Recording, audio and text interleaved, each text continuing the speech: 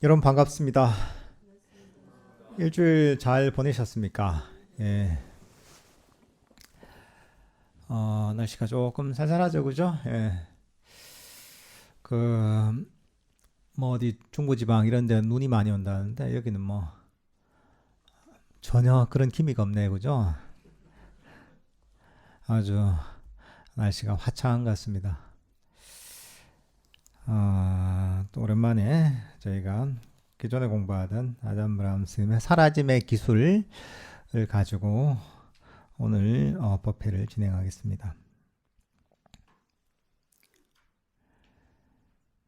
108페이지부터인데요.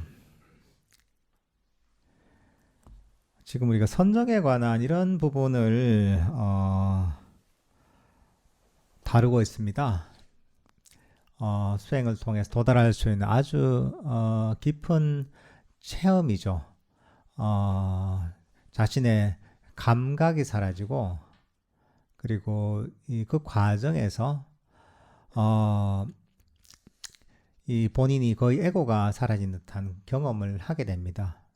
그리고 그 경험 자체는 아주 고요하고 행복합니다.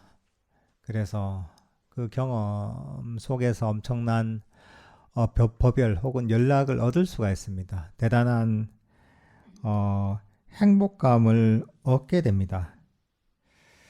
사실 이런 선정 체험을 때로는 드물게지만 다른 종교에서도 하는 경우가 있습니다. 뭐 힌두교나 뭐 기독교 전통에서도 비슷한 체험을 얘기를 하기도 합니다. 그래서 그런 체험들을 뭐 하나님과 합일이 됐다 또는 우주와 하나가 됐다, 완전한 깨달음이 이르렀다, 뭐 이런 다양한 어떤 그 식으로 이런 체험들을 이해하고 이 체험들을 설명을 합니다. 사실 법에 대해서 바른 이해가 없으면 본인이 가지고 있던 생각이나 믿음에 따라서 자신의 경험을 해석하기 나름입니다. 이 우리가 어떤 사물을 바라볼 때 어떤 색깔의 안경을 끼느냐에 따라서 사물의 색깔이 다르게 보입니다. 노란색 선글라스를 끼면 세상이 노랗게 보이고 빨간색 선글라스를 끼면 빨갛게 보이는 겁니다. 마찬가지로 우리가 어떤 믿음을 갖고 있냐에 따라서 어떤 생각을 갖고 있냐에 따라서 본인의 체험들이 각자 다르게 해석이 됩니다. 어쨌든 그런 체험들, 선정의 체험들은 정말 믿을 수 없을 정도로 행복하고 고요하고 자신이 사라지는 이런 어떤 경험들입니다. 이 상태에서는 어떤 생각을 하거나 또는 사고를 하거나 때로는 어떤 감각을 느끼거나 뭐 듣거나 보거나 하는 게 사실은 불가능합니다. 사실 이 상태를 제대로 이해하게 되는 것은 이런 상태에서 들어있다가 나와서야 그 기억을 통해서 이해하게 되는 겁니다. 이해라는 것은 결국은 우리 마음이 움직여야지 이해가 생기는 거거든요. 움직여야지, 마음이 움직여야지 그 움직임의 변화를 통해서 우리가 이해가 되는 것인데, 마음이 움직이지 않으면 그게 이해가 안 되는 거죠, 이게. 그래서 사실 이런 수행의 깊은 체험들은 어, 나중에 수행 그런 상태에서 나오고 나서야 제대로 이해가 되고 해석이 됩니다, 이게. 수행의 과정이 진행되고 제대로 이제 이 발전이 되려면 이거는 의지로 할 수 있는 게 아닙니다. 의지가 아니라 놓아버림을 통해서 저절로 도달하는, 단계적으로 도달하는 과정이 바로 이 수행의 과정입니다. 근데 불교에서도 보면 그런 얘기 하죠. 여기도 나와 있지만 부처님께서도 법구경 같은 데서 인내가 최고의 수행이다 라고 또 얘기하십니다. 또 인내에 대해서 강조를 많이 하십니다. 이게 그러면 인내심이면 잘 참아야 되는 게 아닌가 생각이 쉽거든요. 하지만 불교에서 얘기하는 인내는 일반적으로 얘기하는 인내와 사실은 많이 다릅니다. 세속에서 얘기하는 보통 사람들이 얘기하는 인내는 참고 의지로서 참고 견디는 것을 인내라고 하잖아요. 그죠? 근데 사실은 불교에서는 이게 아닙니다. 잘못 오해해서 이거 부처님도 보니까 6년 동안 그래 인내하시면서 아 엄청 그 고통을 참으면서 수행했지 않냐. 음식도 거의 먹지 않고 숨도 참고 또 여러 가지 역경을 참아가며 수행했지 않냐. 그래서 그렇게 수행하시니까 부처님 고행상에서 보이는 것처럼 정말 그 살이 하나도 없이 정말 뼈만 남아서 정말 해골처럼 보이는 그런 어떤 고행상 있잖아요. 그래 수행이라는 것은 그렇게 해야 되는갑다 이게 생각하기가 쉽습니다. 이게 사실은 그렇지 않습니다. 부처님께서 6년간 고행하신 거는 그게 바른 수행의 길이라서 고행을 하신 게 아니라 길을 못 찾아서 헤매실 때 고행을 하신 거예요. 당신이 바른 수행의 길을 몰라서 고행을 하신 거예요. 그걸 잘 이해해야 됩니다. 그러니까 고행상 사진을 딱 모셔놓고 야 나도 저렇게 수행해야지 이러면 안 됩니다. 고행상 그 모습은 어떻게 보면 부처님께서 시행착오의 과정에서 그런 이 시간을 보내신 거죠.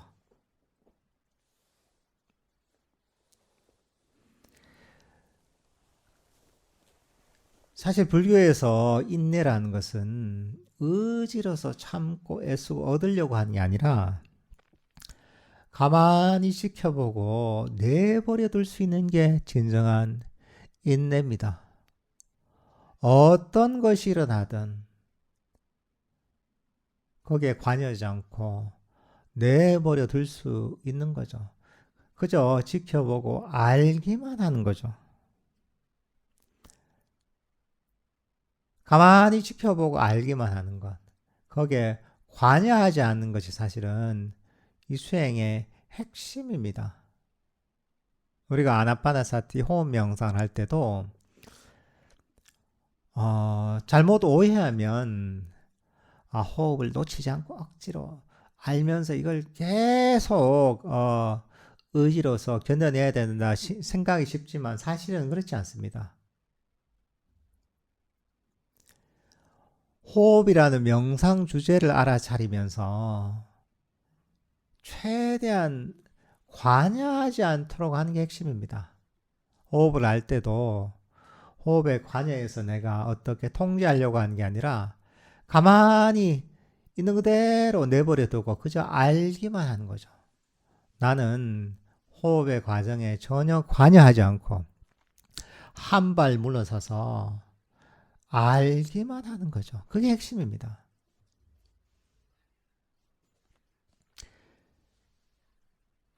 관여하지 않다 보면 우리 마음이 점점 고요해지고 점점 가라앉습니다. 관여하지 않을 때 마음이 움직임을 멈춥니다. 관여하지 않을 때 우리 마음이 행함을 멈춥니다. 관여하지 않을 때 우리 마음이 아무것도 하지 않으면서 진정으로 휴식하게 되는 겁니다.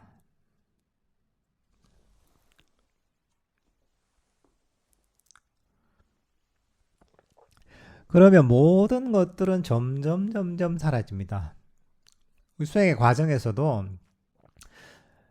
좌선할 때도 그렇잖아요. 처음에는 소리도 들리고 몸의 느낌도 느껴지고 하지만 여기에 관여하지 않고 그저 알기만 하면 다른 모든 것들이 사라지기 시작합니다. 점점 점점 어, 오감의 영역들이 사라지고 모든 현상들이 사라지게 됩니다. 점점 점점 나는 아무것도 관여할 게 없기 때문에 마음이 할 일이 없어지고 마음이 점점 점점 쉴 수가 있게 됩니다.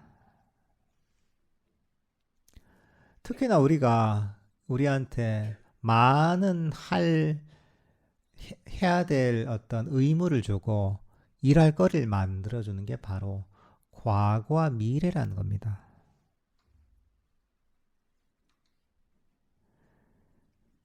우리는 이 과거 때문에 우리 자신이 한계져지고 규정이 됩니다. 과거에 대한 일어났던 일들, 과거에 했던 생각들, 여기에 너무나 많이 얽매 있습니다. 과거에 대한 생각을 하면서 괴로움이 일어나기도 하고, 스트레스가 되기도 하고, 이런저런 고민거리가 바로 과거 때문에 일어납니다. 과거 때문에 많은 사람들이 고통받고, 과거가 바로 우리 마음을 쉬지 못하게 만듭니다. 끊임없이 과거에 대해서 내가 할 거리가, 할 일을 만든 거죠, 과거가.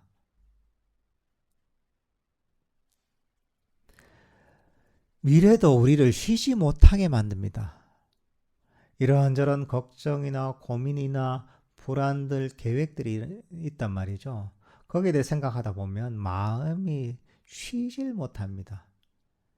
미래에 대한 생각이나 계획들이 우리 마음을 끊임없이 달리게 만듭니다.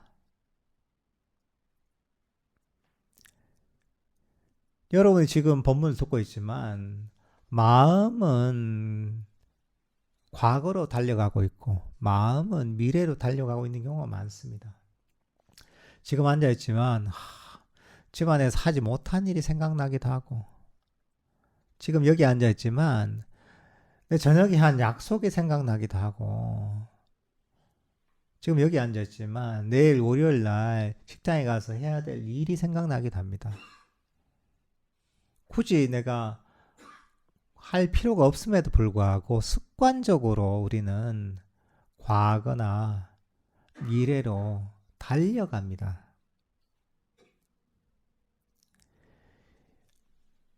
어떻게 보면 이게 우리를 힘들게 만드는 어떻게 보면 감옥과 같은 겁니다.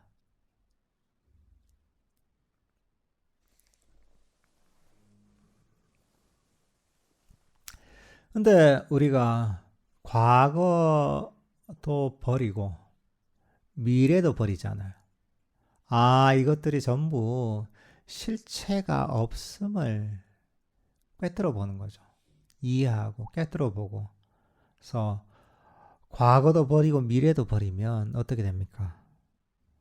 우리는 바로 현재의 순간에서 자유로워질 수가 있습니다.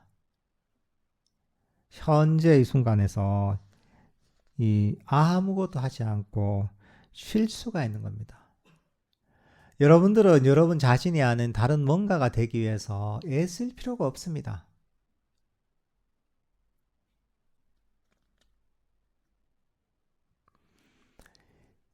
이렇게 애쓰지 않고 아무것도 하지 않고 쉴 때 그때 에고가 사라집니다. 에고는 바로 끊임없는 움직임, 마음의 움직임, 뭔가 하는 걸 통해서 에고가 존재감을 나타내는 겁니다. 근데 아무것도 하지 않고 편안하게 이 순간에 만족함이 쉬면 에고가 당연히 가라앉습니다. 사실 이게 점점 우리 마음이 텅 비고 공해지는 상태다라고도 얘기할 수가 있습니다. 그리고 이 상태는 너무 평화롭습니다. 처음에는 할 일이 없어지면 약간 공허한 것처럼 느껴지기도 하고 뭔가 빈 것처럼 느껴지기도 하지만 조금만 지나면 이 상태가 너무 평화롭다는 걸 알게 됩니다. 그리고 점점 어, 그 쉼에서 오는 멈춤에서 오는 자유와 행복감을 더 깊이 느끼게 됩니다.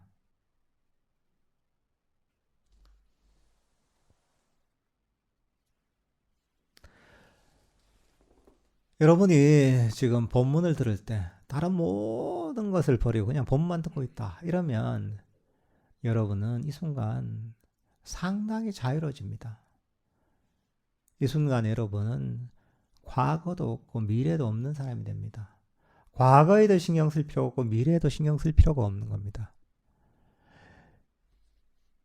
만약에 가정주부라면 가정일에 대해서도 지금 신경 쓸 필요가 없는 겁니다. 직장인이라도 직장에 대해서 걱정할 필요가 없는 겁니다. 마음에 가지고 있던 모든 짐들이 사라지는 겁니다. 수행의 과정이라는 것은 한편으로 보면 덧셈이 아닙니다. 수행은 어떻게 보면 뺄셈이다라고 할 수가 있는 겁니다.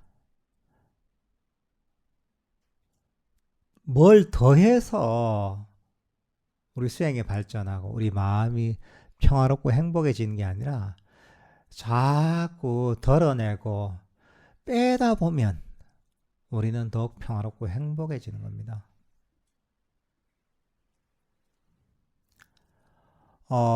부처님 당시에 부처님 제자 중에 바티아 존자라는 분이 있었어요. 이분은 부처님 친척이에요. 석가족으로 그 당시에 막 아난 존자나 아니루타 존자가 출가할 때 같이 출가한 분이에요. 그 당시에 출가할 때 이분이 이 석가족의 왕 역할을 했어요. 이게. 그래서 이분이 수행을 잘 하셔가지고 출가 생활을 하고 있었는데 어느 망고나무 아래서 이분이 수행을 하면서 자꾸 이런 얘기를 하는 거야. 아, 행복하다. 아, 즐겁구나. 행복하다. 이런 얘기를 하시는 거야. 그러니까 그걸 주위의 스님들이 본 거야. 그래서 부처님한테 일렀죠. 저 스님 보니까 자기 왕일 때 그 즐기던 거 그걸 생각하면서 지금 그때를 회상하면서 행복하구나, 기쁘구나 이렇게 하고 있습니다. 부처님한테 이런 거예요. 이러니까 부처님께서 얘기하시기 그게 아니라 이 사실은 왕으로서 있을 때의 모든 부담감이 있었잖아요. 의무 있잖아요. 왕으로서 해야 될 의무도 있었고 또 왕자이기 때문에 그 자리를 노리는 정적들 있잖아요. 적들 있잖아요. 그 적들로부터 뭐 살해를 당하지 않기 위해서 경비병들로 탁 둘러싸여서 이렇게 이제 조마조마하게 그렇게 삶을 살게 되잖아요. 음식 먹는 것도 조심하고 어디에 가도 어디 적들이 없나 이게 항상 신경을 쓰게 되고 또 국사로 해야 될 일도 너무 많은 거고. 근데 이제 출가하고 나니까 그 모든 부담감이 없잖아요. 두려워해야 될 것도 없고 내가 해야 될 일도 없는 것이고 너무나 이 모든 삶의 짐들을 내려놓으면서 그 내려놓음이 너무나 행복한 거죠. 그래서 너무 행복하구나, 너무 행복하구나 이렇게 감탄을 하고 있다 이렇게 부처님께서 얘기하세요.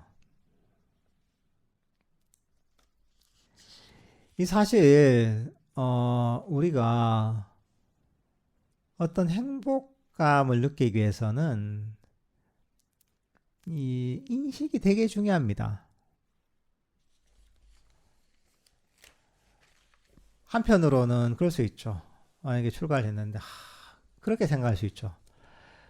내가 왕으로 있을 때는 이 정말 의리의리한 왕궁에서 친구도 아주 내가 정말 시크로 된 친구에서 있으면서 음식도 엄청 잘 나왔고 내가 말만 하면 다 원하는 거 다 대령해주고 했는데 야 지금 하니까 참 먹는 것도 옛날보다 시원찮고 입는 것도 시원찮고 뭐 하는 일도 내가 직접 다 해야 되고 이렇게 생각하잖아요. 그러면 행복하다는 생각이 안 들죠. 그게 고통스럽게 느껴지는 거죠. 근데 그게 아니라 내려놓은 짐에 포커스를 맞추고 물론 수행을 해서 그렇겠지만 그러다 보면 마음이 너무나 가벼워지고 편안해지는 겁니다. 사실 우리는 여기에 초점을 맞춰야 됩니다. 수행을 할 때 내가 얻지 못한 것에 초점을 맞추면 괴로움만 일어납니다. 나는 지금 선정을 얻지도 못했고 깨달음을 얻지도 못했고 조용해야 되는데 조금 밖에서 소리도 들리고 왠지 자복도 좀 불편한 것 같고 온도도 조금 안 맞는 것 같고 이래 생각하면 수행하는 과정에서 즐거움과 행복감을 느끼기가 힘듭니다. 우리 욕망은 끝이 없고 이게 가래고 욕망이에요. 끝이 없는 거예요. 욕망을 채우는 건 불가능한 겁니다. 사실 뭐가 문제 있어서 이런 이 생각이 드는 게 아니라 그냥 우리 중생의 욕망의 속성이 그런 거예요 이게. 근데 수행자는 어떻게 해야 되냐? 없는 것에 초점을 맞추면 안 됩니다. 가지지 못한 것에 초점을 맞추는 게 아니라 내가 가지고 있는 것에 초점을 맞춰야 됩니다. 그리고 내가 놓아버린 게에서 초점을 맞춰야 됩니다. 내가 짊어지지 않게 된 것에 대해서 초점을 맞춰야 되는 겁니다. 지금 이 순간 이런 거죠. 여러분 법회 와서 어떻습니까? 마음을 이렇게 먹어야 되는 거예요. 그래 나 지금 법회 들을 때는 집안일에 대해서도 생각할 필요가 없고 남편에 대해서 생각할 필요도 없고 내가 집안에 내가 이제 이런저런 그 일에 대해서 생각할 필요도 없고 내가 해야 될 의무에 대해서 생각할 필요가 없고 내가 부모로서의 역할에 대해서 생각할 필요가 없고 아무것도 신경 쓸 필요가 없구나. 그저 지금 이 순간에 부처님 법만 들으면 되고 가만히 앉아서 명상만 하면 되잖아. 지나간 과거도 지금 나는 생각할 필요가 없고 과거의 짐도 짊어질 필요가 없고 지금은 미래의 짐도 짊어질 필요가 없지. 얼마나 편안해. 아무것도 신경 쓸 필요가 없잖아. 이렇게 자꾸 인식을 개발해야 됩니다. 그러면 마음이 너무 가벼워집니다. 그러면 이 바티아 존자가 그랬던 것처럼 행복하구나 하는 감탄사가 나올 수 있는 거죠.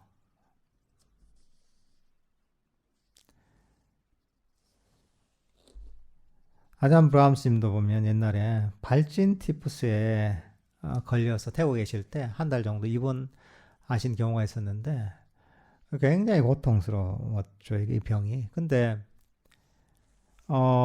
이 병이 나중에 이제 치료를 받아서 다 치유가 되고 나면 어떻습니까? 너무나 몸이 편안해지고 괴로움이 사라지고 행복해지죠, 그죠? 여러분들도 그렇잖아요. 독감이 걸렸다 하면 어떻습니까? 엄청 괴롭잖아요. 근데 병이 사라지면 몸이 너무 편안해지고 행복해집니다. 마찬가지로 우리가 가지고 있던 마음의 짐들도 똑같습니다.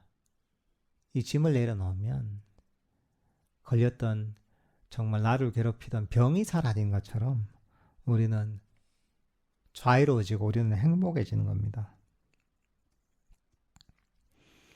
여러분들 명상할 때 항상 이런 인식을 개발해야 됩니다.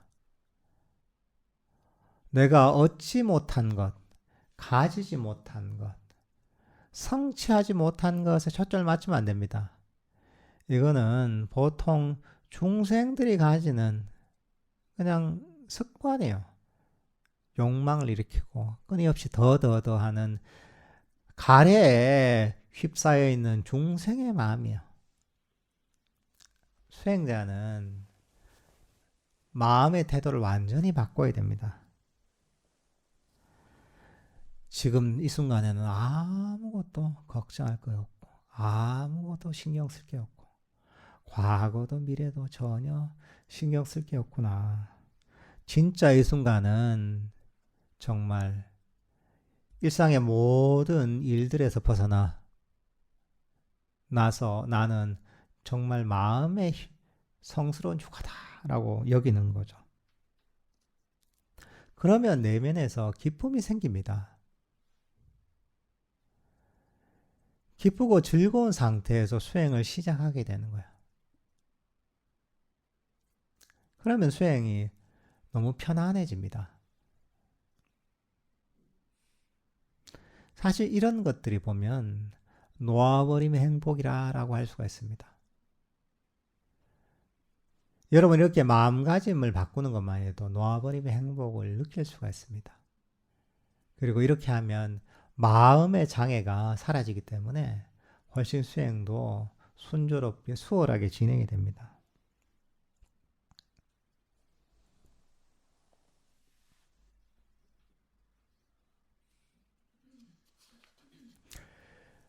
행복이라는 것은 사실 종류가 다르죠, 그죠? 여기 나오는 것처럼 경전 아란야 비방가 숫다에도 보면 감각적 욕망의 행복이 있습니다. 한 가지는 내가 원하는 것을 얻고 성취하고 체험해서 생기는 행복이 있습니다. 감각적 욕망의 행복입니다. 그 반대가 바로 담마의 행복입니다. 이건 뭐냐면 놓아버림 행복이고 포기의 행복이고 사라짐의 행복입니다. 마음의 짐을 내려놓음에 의해서 포기함에 의해서 사라짐에 의해서 생기는 거죠. 욕심을 버림에 생긴 행복입니다. 근데 이게 수행을 많이 해야 경험할 수 있을 것 같지만 사실은 우리가 일상에서도 충분히 이게 어떤 느낌인지 어떤 방향인지 그 행복의 방향이 어떤 것인지 어떤 느낌인지를 알 수가 있습니다. 여기 보면 아잔 브라함 스님이 경험했던 학창 시절의 그런 경험담이 나와 있습니다. 아잔 브라함 스님 어린 시절에 학교에 다닐 때 어느 날 오후에 자유 시간이 주어졌던 거예요. 평소에는 뭐 학교에서 공부를 했는데 근데 그날은 벌써 그 자유시간이 주어지기 전에 해야 할 일들을 다 마치는 거죠. 학교 숙제도 다 끝내고 해야 될 일을 다 끝내고 나서 오후에 그런 휴식 시간이 생긴 거, 자유 시간이 생긴 거예요. 그러니까 다 끝내놓은 거예요, 모든 걸. 아무것도 할 필요가 없는 거예요. 숙제도 다 끝내놓고 친구하고 약속도 없고 다른 어떤 해야 될 일도 없는 거예요.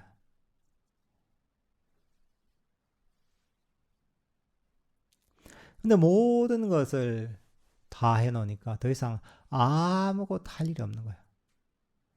그러니까 아무것도 할 일이 없다는 생각이 드니까 거기서 너무나 자유로움과 행복감을 느낀 거예요. 아무것도 할 일이 없다는 것. 그래서 아무것도 하지 않는 그 자유와 즐거움을 경험한 거죠. 사실 이게 수행을 통해서 경험하는 행복과 자유와 사실 같은 종류입니다, 이게. 물론 이제 깊이는 다르겠지만 방향은 사실은 비슷한 겁니다, 이게.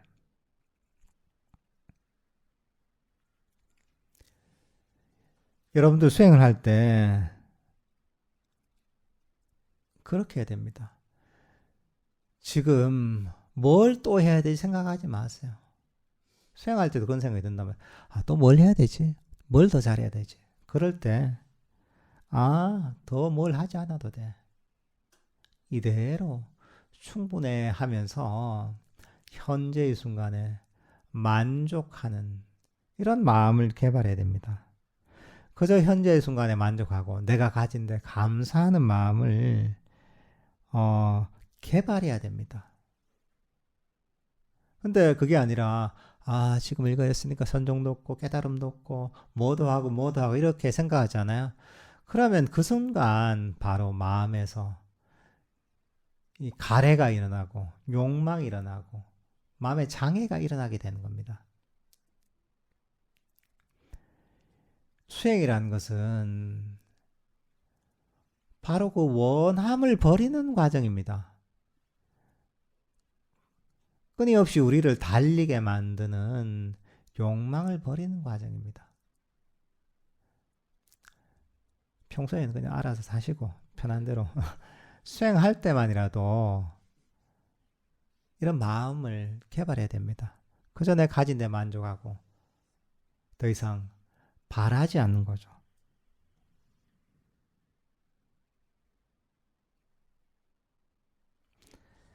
사실 수행이라는 것은 최대한 단순하게 해야 됩니다. 복잡하게 생각하면 수행은 절대로 안 됩니다. 보통 우리가 학교에서 뭐 공부를 하던 습관이 있어서 불교 수행을 하는데도 그렇게 복잡하게 접근하는 경우가 많아요. 머릿속으로 온갖 시뮬레이션을 다 해보는 거예요.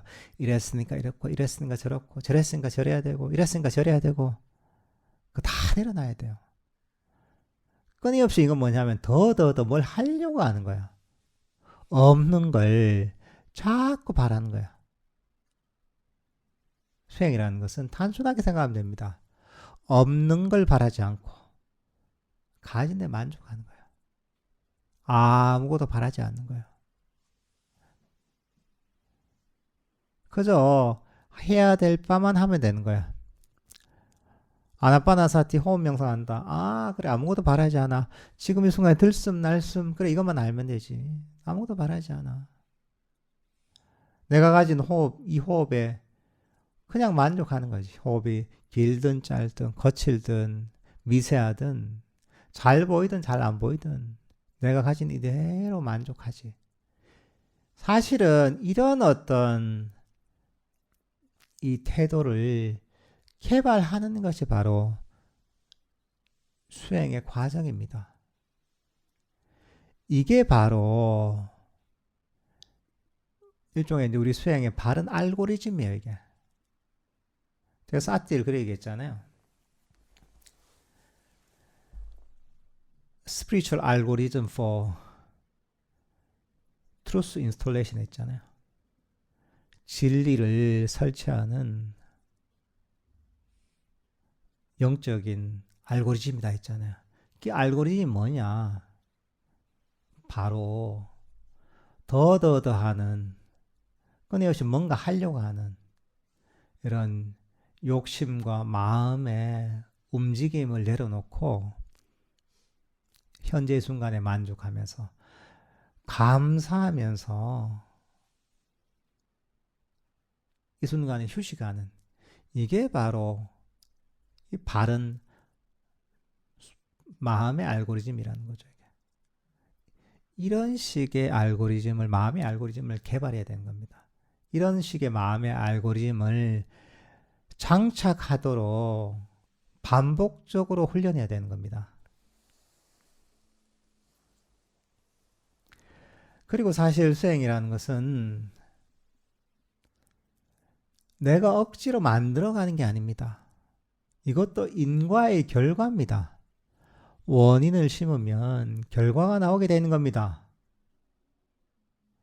밭에다 씨를 뿌리잖아요. 그죠? 씨를 뿌리면 내가 씨야 빨리 싹을 틔우고 빨리 자라서 빨리 열매를 맺어라. 아무리 내가 재촉한다고 해서 씨가 빨리 싹 트거나 이게 자라나거나 열매를 맺지 않습니다. 내가 바란 거는 아무 관계가 없어요. 그저 내가 해야 될 바를 하는 거죠. 씨를 적절할 때 뿌리고 적절하게 물을 주고 적절한 영양분을 공급하고 때를 기다리는 거죠. 그러면 인과의 법칙에 의해서 때가 되면 씨앗은 싹을 틔우고 자라나고 나중에는 열매를 맺게 되는 거죠. 수행이라는 것도 똑같습니다. 근데 우리가 그 인과의 과정을 이해하지 못하고 참지 못하고 성급하게 억지로 그 결과를 만들어내려고 하잖아요. 싹이 좀 텄는데 빨리 안 자라네. 좀 땡기는 거지. 좀 땡기면 빨라지겠지. 그럼 어떻게 돼요? 모처럼 났던 싹이 다 죽어버립니다. 사실 수행이란 그렇습니다. 수행을 통해 다들 저절로 싹이 나고 저절로 자라게 돼 있습니다. 배운 대로 그냥 하다 보면. 근데 싹이 났을 때 그걸 죽여버리는 거야. 빨리 안 자란다고. 내 뜻대로 이렇게 성장하지 않는다고 그걸 싹을 내가 손으로 당겨가지고 죽여버리는 거죠. 이게 그런 어리석은 짓을 하면 안 되는 겁니다. 그러기 위해서는 이 법의 원리를 잘 이해해야 되는 거죠. 그리고 거기에 따라 수행해야 되는 거죠.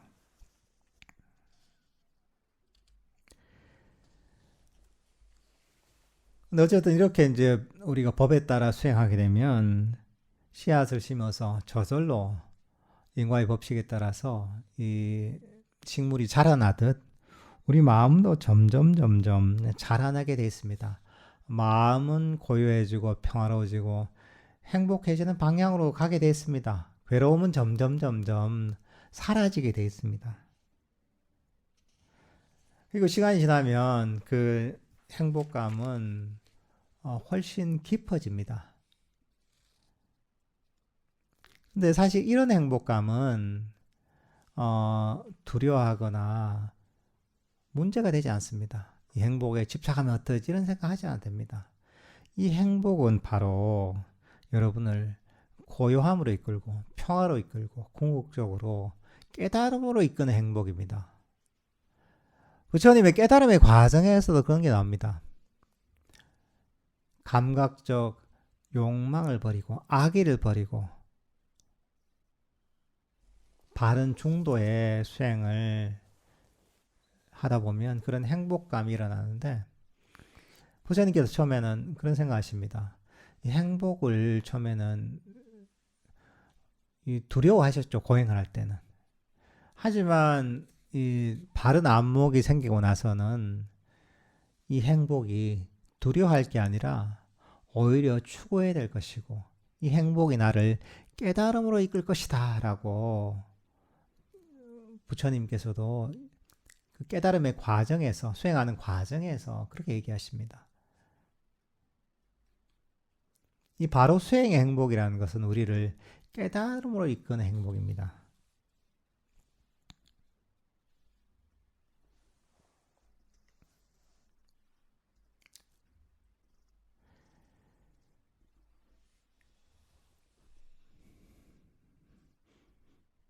그리고 이제 수행을 하면 할수록 이 부처님의 가르침의 위대함을 더욱더 이해할 수밖에 없습니다. 수행이 깊어지고 수행에 대한 이해가 폭이 넓어지면 넓어질수록 이 부처님의 가르침과 이 수행의 탁월함을 알 수밖에 없습니다. 왜냐하면 비교를 통해서 이보다 더 뛰어난 가르침은 없거든요.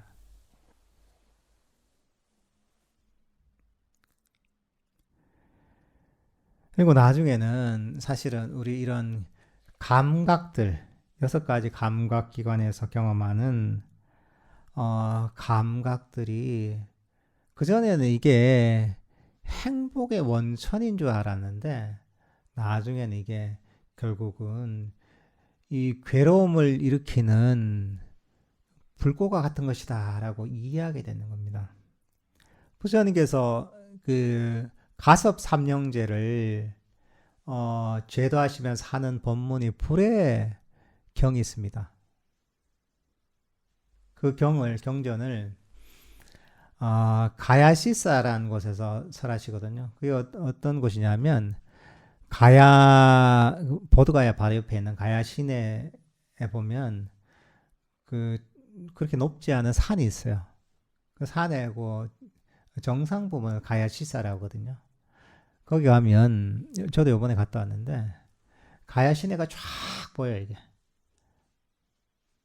가야 시내가 쫙 보이는데 거기서 가섭 삼형제를 제도하시는 불의경을 설하시는데 이 감각이 모두 사실은 불타고 있다는 거예요. 수행을 통해서 삼매와 지혜가 생기다 보면 우리가 감각을 받아들이고 반응하고 또 받아들이고 반응하고 사유하고 하는 그 일체의 과정 자체가 사실은 이 괴로움으로 불타고 있는 것처럼 느껴진다는 거죠. 이 사실 우리가 불이 났을 때 불을 어떻게 끕니까? 부처님께서 가르친 방법이 뭐냐 하면 거기에다가 더 이상 연료를 공급하지 않는 거야. 더 이상 연료를 공급하지 않으면 타오르던 불길이 완전히 꺼지는 거죠, 이게. 바로 우리가 얘기하는 수행의 과정이 바로 이 더 이상 번뇌 연료를 공급하지 않는 겁니다. 욕심을 버리고 놓아버리고 마음의 짐을 내려놓고 관여하지 않잖아요. 욕망의 대상을 쫓아가지 않다 보면 그게 바로 번뇌의 연료를 끊어버리는 겁니다. 그러다 보면 여러분은 더욱더 자유로워지는 것이고 이 사실 어떤 것도 사실은 집착할 만한 것이 없고 어떤 것도 움켜쥐고 보존할 만한 가치가 없음을 깨닫게 되는 거죠. 우리가 왜 마음이 끊임없이 달려가느냐? 잠시도 쉬지 못하느냐? 이게 뭔가 가치가 있어 보이기 때문에요. 의미가 있어 보이는 것 때문에요. 실체라고 여기기 때문에 그것을 끊임없이 움켜쥐려고 하고 쫓아가는 거예요. 이게. 들리는 소리도 쫓아갔다가 냄새도 쫓아갔다가 형상도 쫓아갔다가 마음에서 일어나는 작용도 쫓아갔다가 왜? 그게 중요하게 느껴지기 때문이에요. 그게 진짜처럼 여겨지기 때문이에요.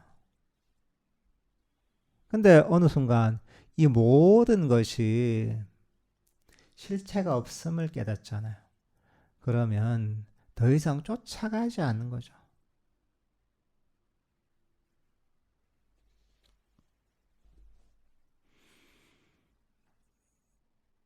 요즘 그 VR 가상기기 이런 게 되게 발전해 있잖아요. 그러다 보면 뭐 저 무슨 되게 공포를 느끼게 하는 그런 프로그램이 깔린 VR 기기도 있잖아요. 이게. 예를 들면 뭐 절벽 아주 위험한 절벽을 걸어 다닌달까. 때로는 높은 곳에서 떨어지면 낙하를 한달까. 이럴 때 되게 공포를 느낀단 말이죠. 근데 그 VR 그 고글을 이제 안경을 벗어버리면 거기서 완전히 벗어나게 되죠. 그러면 내가 그 전에 느꼈던 두려움이나 공포감이 순식간에 사라지죠. 아, 그거는 진짜가 아니고 그냥 가상현실이었구나. 실체가 없는 것이었구나. 깨닫게 되는 거죠. 수행을 통해서 사실은 세상의 모든 것들이 보면 실체가 없음을 깨닫게 되는 거죠. 그러면 우리가 더 이상 거기에 쫓아가지 않는 거죠. 중요하지 않고. 실체가 없으니까 내가 굳이 그걸 쫓아가거나 움켜쥘 이유가 없어지는 거죠. 그러면 우리는 고요하게 이 순간에 멈추게 되는 거죠. 이 순간에 쉴 수가 있게 되는 겁니다. 마음이 어떻게 보면 공해진다고 할 수 있는 거예요. 그리고 이 수행의 과정에 있어서 수행이 발전하면서 마음은 더욱 고요해지고 더욱 평화로워집니다. 아, 이 정도 고요하고 평화로워지면 더 이상 없겠구나 하지만 그렇지 않습니다. 또 수행을 더해서 수행이 깊어지면 마음은 그보다 더 고요하고 평화로워집니다. 그리고 또 더 깊어지면 마음은 그보다 더 고요하고 평화로워집니다. 이런 식으로 점점 수행이 발전하게 됩니다. 그리고 그 과정은 이 괴로움이 사라지고 더욱 행복해지는 과정입니다. 깨달음에 이르지 못하더라도 수행의 체험이 점점 깊어지면서 이 수행이 나를 어떤 방향으로 이끌고 있는지 정확하게 이해하게 됩니다. 그 흐름을 이해하는 거죠. 그리고 깨달음 열반이라는 게 결국은 나를 어디로 이끌고 가고 있는가를 알게 됩니다. 왜냐하면 그 흐름이 있잖아요. 진정한 자유와 진정한 행복으로 이끄는 것이 바로 이게 수행의 길이고, 그 궁극적인 그 끝에는 최고의 행복과 최고의 평화라는 것이 바로 깨달음이구나라는 것을 이해하게 되는 거죠.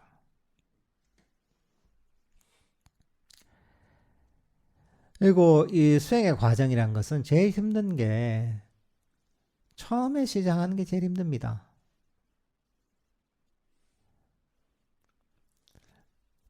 근데 처음에 좀 힘들지만 시간이 지나면 점점 쉬워지고 가속도가 붙습니다. 눈덩이를 굴릴 때 있잖아요. 눈덩이 굴릴 때 처음에는 눈덩이를 만들기가 힘듭니다. 근데 좀 굴리다 보면, 그리고 어느 순간에 어느 정도 사이즈가 커지고 이 내리막을 눈덩이가 굴러가기 시작하면 가속도가 붙으면서 눈덩이가 점점 순식간에 엄청 크게 커집니다. 그죠? 수행도 비슷합니다. 처음에 장애가 많을 때, 번뇌가 많을 때 시작하기 힘든 거죠. 근데 시간이 지나다 보면 장애가 적어지고 수행에 즐거움이 생기다 보면 수행이 가속도를 붙고 점점 쉬워지게 됩니다.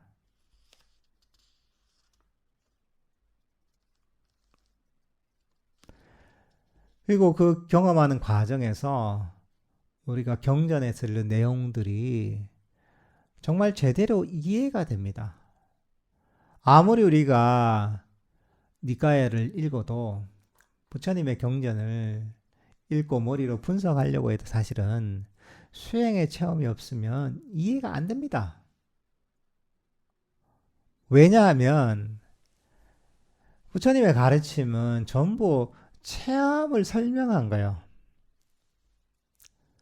부처님께서 무슨 당시에 책을 싸들고 와서 그걸 연구를 해서 만들어낸 이론이 아닙니다.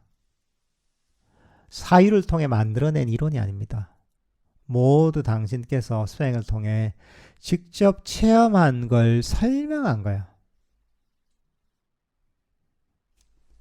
그래서 뭐냐면 우리가 그 가르침을 제대로 이해하려면 우리도 수행을 통해서 체험이 깊어지다 보면 경전에 대한 이해도 깊어지게 되어 있는 겁니다. 진짜 경전이 내 마음 속에서 살아나는 겁니다.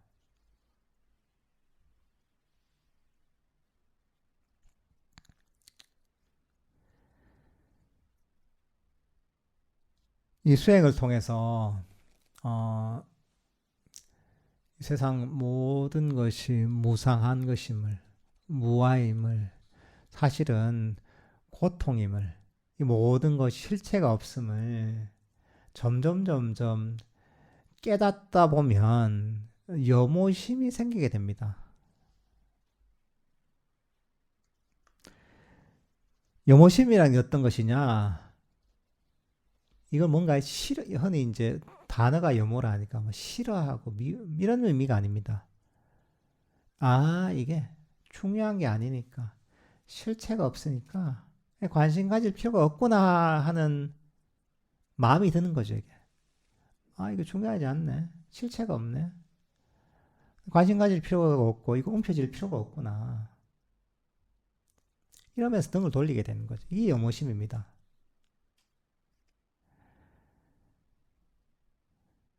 그리고 염오심이 생기고 나면, 그 다음에 이 욕망이 사라지죠. 욕망이 사라지고, 그리고 그 위라가라고 하죠. 그리고 욕망이 사라지다 보면 모든 것이 소멸하게 됩니다. 이게 니로다라고 합니다. 염오, 이욕, 소멸의 과정을 거치게 됩니다.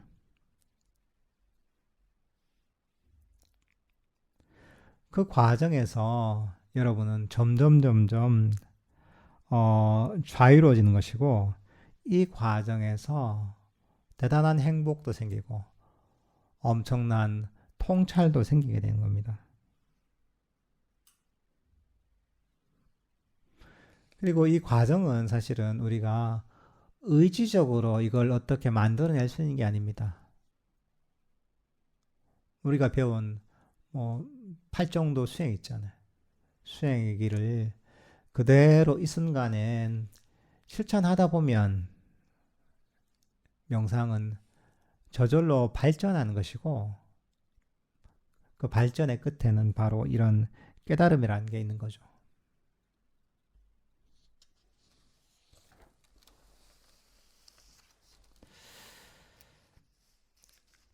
네, 오늘 법문은 이 정도로 하도록 하겠습니다.